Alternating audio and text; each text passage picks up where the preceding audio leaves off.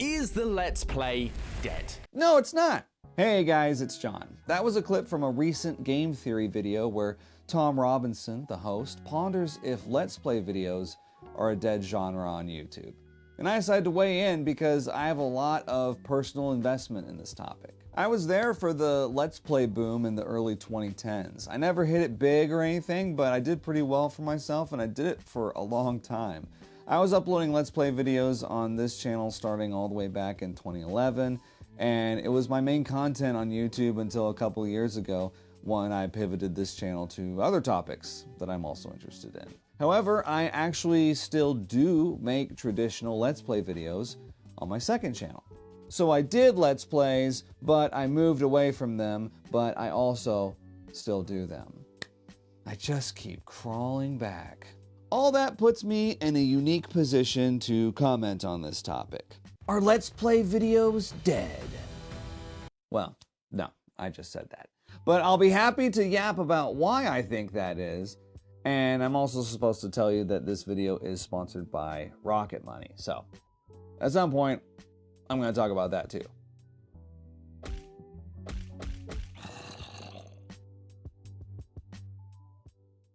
So, just on the off chance you're not familiar with what a Let's Play video is, it's just this. It's a person recording themselves, playing a video game while commentating it. It originally was done through text posts on forums like Something Awful decades ago, but the video versions on YouTube are what really blew up in the early 2010s. It's been a popular format for a long time. Until now, when it died! Why am I asking if the genre is dead? Well, the truth is, I'm not the only one. Tom mentions in this video that he was inspired to talk about this from the litany of Reddit posts and YouTube video essays on the subject. And yeah, fair enough, people on the internet have been debating this topic for a decade by now. It's kind of what the internet does. When something trends or becomes popular, you inevitably get a bunch of people with their notepads out who start asking how long it's gonna last. They can't help themselves. They pull out the stopwatch almost simultaneously with the trend these days. They desperately don't want to fall behind, after all. What is so funny? Have you seen this? It's this cartoon bear with a astronaut helmet. Oh, right. Grizzly knot? Yeah, it's a dead meme. Wait, what? But I just saw it just now on here. Yeah, it's dead already. Old news. I mean, it's still funny though. A bear in outer space. What do they think of next? Ew, don't touch me! Is it dead is a question I've gained a lot of resentment for. For example, right now, the big meme is 6'7". People just yell out 6'7", and it's supposed to be this like ironic brain rot thing. But someday soon, maybe even when I publish this video, 6'7" will be dead. And then it will be time to move on. You will not speak about 6'7" again. It's officially uncool. If indeed it ever was cool in the first place. Everyone's so concerned about keeping up with trends because you don't want to be that guy who's out of the loop. That guy is a loser. Right? So funny. So funny. So funny. Yeah, so funny. Pull it up, pull it up, pull it up. So funny. So funny. That is so funny. That's so good. So funny. God, yes. It's so funny. So don't be a loser. Just start yelling 6'7" randomly out in public. Now that's cool. This is just one of my many old man yells at cloud moments in this video, but I just can't relate to this modern obsession with what's trending. It kind of reminds me of how much emphasis there is on sales and box office numbers now for video games, movies, and music. Tron Ares is losing money at the box office. Okay, not my problem. I'm not a shareholder. I didn't fund the movie. Maybe it shouldn't have cost $180 million to make. I don't know, I must have missed that boardroom meeting at Disney. I guess I was busy that day. Arc Raiders should win Game of the Year because there's way more people playing it right now than Expedition 33. Yeah, right. By that logic, the Minecraft movie should win Best Picture at the Oscars. I mean, it grossed $1 billion worldwide, and meanwhile, one battle after another is gonna lose money. Checkmate. The modern scourge of marrying art and business creates this irritating public preoccupation with the art's intrinsic value being tied directly to how much it trends or how much money it makes. And that's why I have such a hard time with this whole question of, is it dead? Because it's making a similar association between the content's intrinsic value and how successful it is. Now, that's not what Tom is saying exactly in this game theory video, and he goes on to clarify that later, but it's just what the question itself evokes for me. So, what does Tom mean when he asks if Let's Plays are dead? Is the Let's Play dead? Well, honestly, it depends on what you define as dead. If you're talking about Let's Plays being the juggernauts of the online industry, then it would be easy to say yes. More and more of those classic OG Let's Players have slowed down their uploads and began making new content. This is actually very true. It kind of describes exactly what I did, actually. I'm a classic Let's Player. I started in 2011. I was uploading almost every day, and then around 2018 or so, I started slowing down a little. And then by 2023, I was uploading mainly non-gaming content. But while Tom's statement is very true for me, I find it to be inconsistent for others. For example, the two faces that appear when he says this are PewDiePie and Markiplier. Now, PewDiePie moved away from gaming a long time ago, and he rarely does it now, but Let's Plays are still Markiplier's main thing. He just uploaded Part 9 of Silent Hill F. That's a traditional Let's Play series. Now, it's true that this was 2 weeks ago, and if this were 2015, he would have had 10 other Let's Play videos up in the meantime, but there's a broader reason for that I'd like to get into later. It has to do with what the content landscape is like now. But before we talk about now, we should probably briefly talk about then.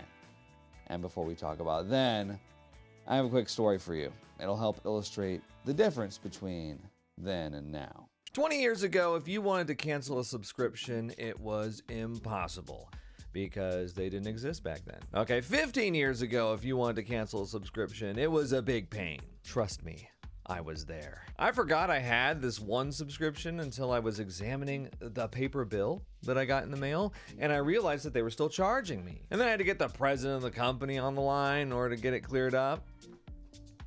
That last part's not true, but that's what it felt like. Fast forward to today, however, and we have help.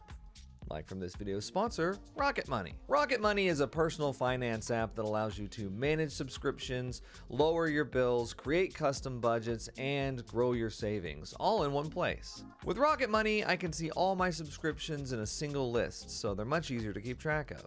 For example, Rocket Money identified that I had 27 monthly and annual subscriptions, and with just a few taps, I was able to cull that down to just 20. That's my wife and I combined, by the way. And going along with that, Rocket Money has helped me save money over the course of the year by using its premium features, like subscription cancellation assistance and financial goal setting. Take control of your finances today. Go to rocketmoney.com/wolf and get started for free.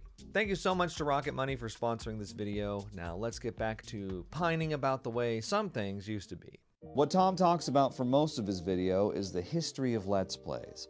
From the early days of text-based Let's Plays in the late 2000s to the big heyday in the early 2010s. To summarize, there was a rise, there was a boom, and there's been a slow decline ever since. Tom attributes this decline in popularity to a few things, namely the rise of Twitch streams in the mid-2010s, which I think was certainly a factor, although I also think he takes this opinion in strange directions. As you can see here in June of 2016, there is a moment that the two searches cross. Livestream overtakes Let's Plays. Why? Because this is when Twitch introduced cheering, where users could donate to creators in the form of bits. I guess I just don't agree that viewers were so eager to throw money at their favorite YouTubers that they flocked to Twitch as an alternative. And this may be my foggy memory at fault here, but I don't remember viewer funding really taking off until the YouTube adpocalypse in 2017. because that was when you had all these YouTubers making videos about how they were making way less money now. And they generally promoted stuff like Patreon as an alternative to ad revenue. But anyway, I don't want to get hung up on every little point I disagree with. Back to broad strokes. The idea of Let's Plays not working anymore since their heyday in the early 2010s is a point that Tom reiterates a couple of times. And mainstay channels like 8-Bit Ryan, Bijou Mike, and Dorco are regularly making videos about having to change their approach to Let's Plays because what they have been doing isn't working anymore. Love these guys, by the way. Ryan and Dorco are my boys. Dorco, you're the king of FNAF, and you do amazing charity work. And Ryan, you're one of the hardest working guys in Let's Play, and I wish both of you guys nothing but the best. We gotta play a game together again soon. It's been too long. To get back to the video though, I think it's important to clarify what's meant by not working anymore here. Like, none of these guys are gonna be out on the street anytime soon, you know? What they mean when they make videos about having to change their approach to Let's Plays is that they know and appreciate how volatile it is making content online and how easy it can be to lose footing. And you have to actively fight against that. The truth is that in 2025, you have to be more thoughtful and strategic about the content that you make. Gone are the days when you could just throw anything up on your channel, if indeed those days even actually existed outside of nostalgia goggles. But to me, that's more indicative of how YouTube overall has changed than how Let's Play itself has changed. Tom talks about this point, although I disagree with how he frames it. Where services like Netflix really shone was in TV viewership. YouTube wanted a piece of that pie, and so since 2015, they've been trying to do just that. They launched YouTube Red, which we now know as YouTube Premium. This gave audiences an ad-free experience, plus access to exclusive, high-quality television-level content made by the creators you all know and love. YouTube has been pushing creators more and more into making content designed for TVs. YouTube is just kids in their bedroom with a camera, and YouTube desperately wants to shed that stereotype. Tom frames the general shift from authentic homemade videos to more slickly produced corporate shows as one that's been primarily driven by YouTube. Now, I agree that for a couple of years there, YouTube really tried to make TV quality content with the YouTube Red originals that he mentions, but I remember these shows being pretty unpopular with audiences. I remember the general sentiment at the time being that corporately overseen paid content was antithetical to what made YouTube YouTube. I really don't think that YouTube has experienced a shift from homemade to corporate content in as dramatic of a fashion as Tom makes it out to be, either. Make sure your videos are in 4K. Create series. Have your videos planned months in advance, just like they do in TV land. And of course, make your videos even longer. If you've been wondering why there's been a rise in crazy long video essays over the last 5 years, this is why. Actually, I think the rise in popularity of long video essays has more to do with how strongly watch time still performs in the YouTube algorithm. And I also think that this is an audience-driven change. Unlike 10 or 15 years ago, YouTube audiences today are much more topic-oriented. They're less likely to explore creators they're unfamiliar with because by now they all have their comfort faves. A decade ago, you had all these creators blowing up and there was a new interesting person to watch all the time, but audiences today are a lot more apprehensive about giving new YouTubers a chance. I don't know, maybe it had something to do with all the groomers. The 2010s had a lot of them. There were so many you may not even remember who these people are. Well, good. Anyway, YouTube went mainstream over the course of the last decade. It's no longer the site where you show your friend funny cat videos anymore. You have your favorite YouTubers by now. Your trusted few. Your inner circle. And if they come out with a 4-hour video about the disaster of the Star Wars Galactic Star Cruiser Hotel, by God, you watch all 4 hours of it. And if you're going to go outside of your inner circle, it's going to depend on the topic. People are very choosy these days. They've been burned before, and they're not getting burned again. So when they're in, they're in. Hence the 2-hour video essay meta. I actually find this take that YouTube wants TV quality content So they're pushing multi-hour video essays? Kind of nonsensical, because it's more like the anti-TV show. Most shows are half an hour or an hour long, and a lot of these popular video essays are longer than Lord of the Rings Extended Edition. I just can't see YouTube pushing this content in that context. Although for the record, if either of these were playing on my TV, I'd probably stop what I was doing and watch the whole thing in one sitting. Tom also mentions the rise of Mr. Beast as the world's #1 YouTuber as evidence of this change.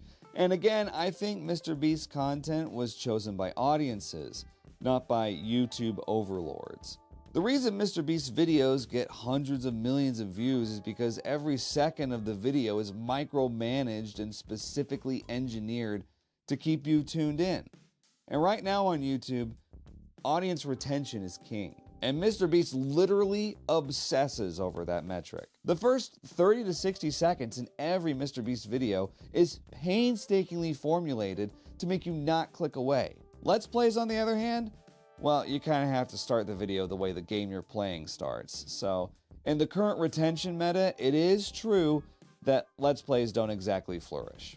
If you were looking to become the next biggest YouTube channel, you're unlikely to get there by being a gamer alone. Alright, to be fair though, becoming the biggest YouTuber through gaming alone has only happened once, and it was PewDiePie over a decade ago. But I digress. The point that Mr. Beast style content is more mainstream than Let's Plays now? Well, yes. People like Mr. Beast are making shows that regular audiences want to watch. It's much harder to convince the normies to watch someone sit at their computer and scream at gameplay. Let's Plays just don't meet the threshold for what normal audiences, and therefore YouTube, consider to be high production value. While it's true that Mr. Beast's content is more mainstream than Let's Plays, I think a more accurate framing would be that it's more competitive. Like I mentioned earlier, YouTube has changed a lot over 15 years. The internet certainly has changed a lot over that time too.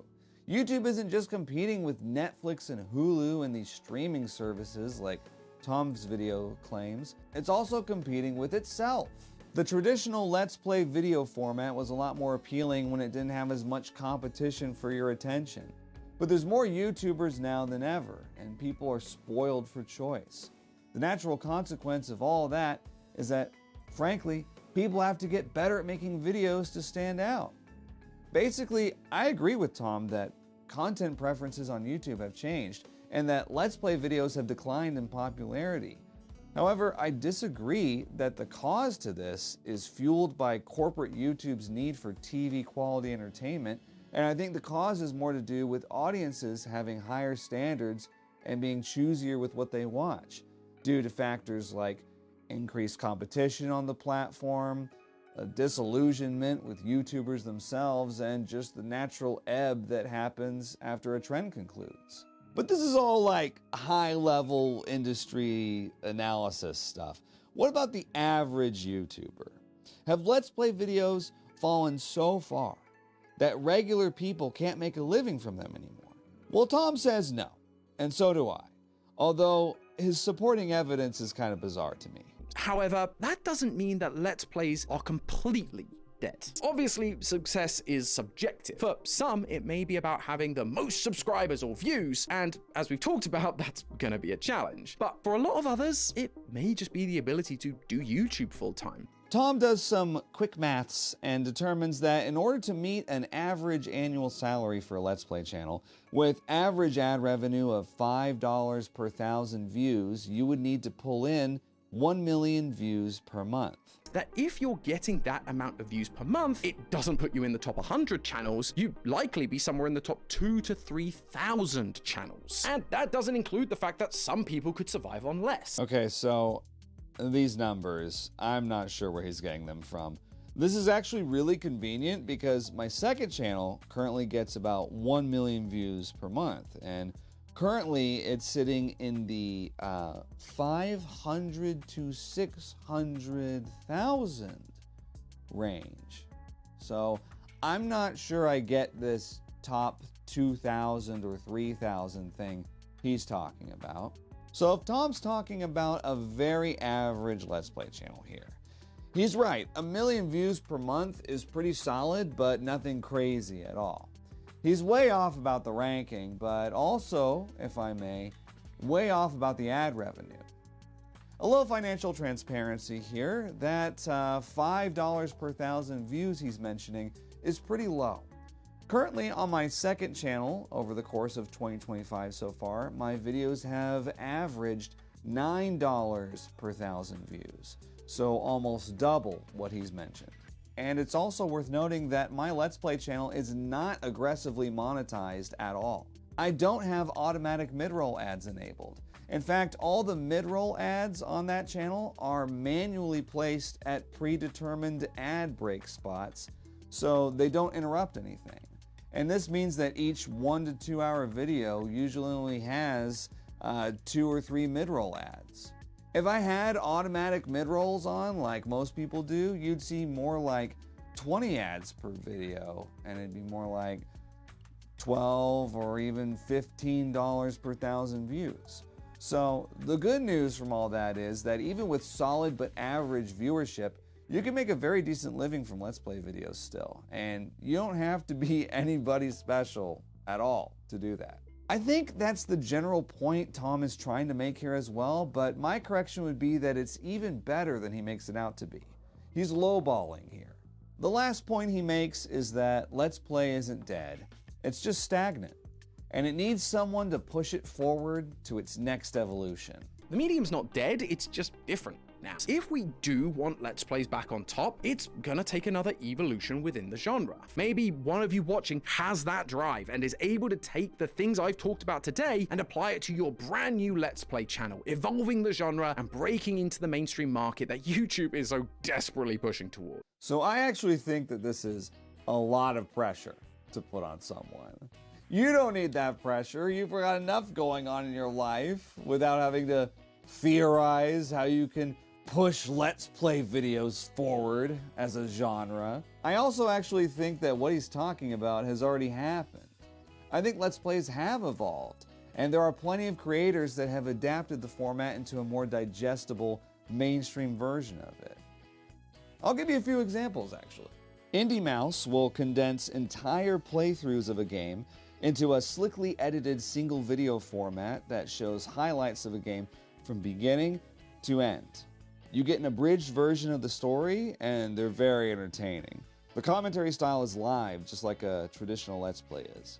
Vote for Holt makes traditional Let's Plays, but also makes videos where he will summarize a playthrough in video essay format. He'll show clips of his gameplay alongside his post-playthrough narration, where he describes how he was feeling and what he was thinking about as he played. I highly recommend his video on the game Scratches, for example. Civvy11 also makes similar videos, with his being more focused on summarizing the game itself. But the end result is still similar to an abridged Let's Play series. All three of these creators make great videos from what I've seen, and it's pretty much exactly what Tom was envisioning. Basically, the only way that you could adapt and modernize Let's Plays into a more TV show-esque format without infringing into review video territory. And while the videos are very successful with hundreds of thousands of views, I wouldn't exactly say that Let's Plays are back on top. And I could be wrong, but I really doubt these guys are trying to do that. I think they're making videos the way they want to make them, which is what YouTube is all about. You know what I think? I think you should also just make what you want to make, because you want to make it. If there's one thing I want to make sure you take away from this video, it's that whether you're making slickly produced video essays, or day in the life vlogs, or reaction videos with tons of memes and jump cuts, or chill stream of consciousness Let's Play videos, whatever you decide to make on YouTube, it is not dead. It automatically has value because of you, the human element in the video. Especially at a time when there's more and more AI-generated videos on YouTube, I find it difficult to tape off and condemn to be demolished any genre of video or art in general that depends on a human creator. I think ultimately what Tom's video is bemoaning is the decline in popularity of authentic, everyday content on YouTube. Let's Play videos were the epitome of that. It's just some guy playing a game. And right now, we're in the Mr. Beast era of YouTube.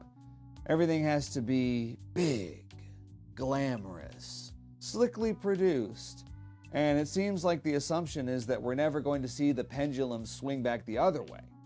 Instead, we're looking towards a dystopian, cyberpunk future where everything's been corporately streamlined, and Let's Play videos need to adapt to that, because they're old news. But the funny thing about history is that it repeats itself. I'd like to go back in time to 1980s pop music.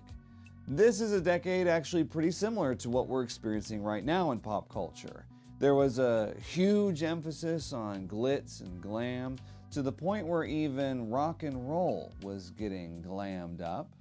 And just when that style was starting to overstay its welcome, a little band from Seattle called Nirvana came along and ushered in a new decade of popular music that was based around raw, authentic human emotion.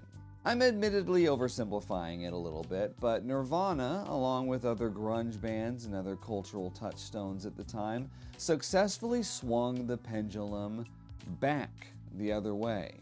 And I have to think that at some point in our future, people are going to rediscover what it was that made earlier internet content so impactful.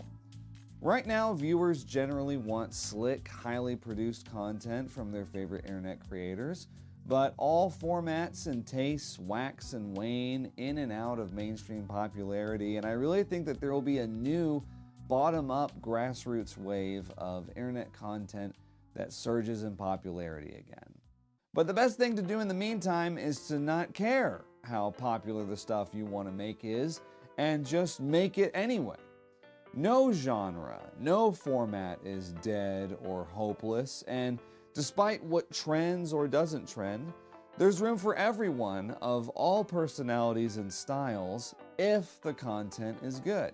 I mean, just look at Queso. He's known more as a streamer, but his YouTube channel is literally just traditional single-player Let's Play videos, and they pop off. And his first video was 3 years ago. If Let's Plays are dead, they need to be double-tapped because they're still moving around an awful lot. Any of you know Joey, the anime man? He posted his reaction to this game theory video, and his response was to start a new Let's Play channel with his friend. Now, this is probably a little easier for him to do since he has a lot of his other content to fall back on, and he can do Let's Plays just for fun. I'm also in that situation, but that's still a great attitude to have about creating things.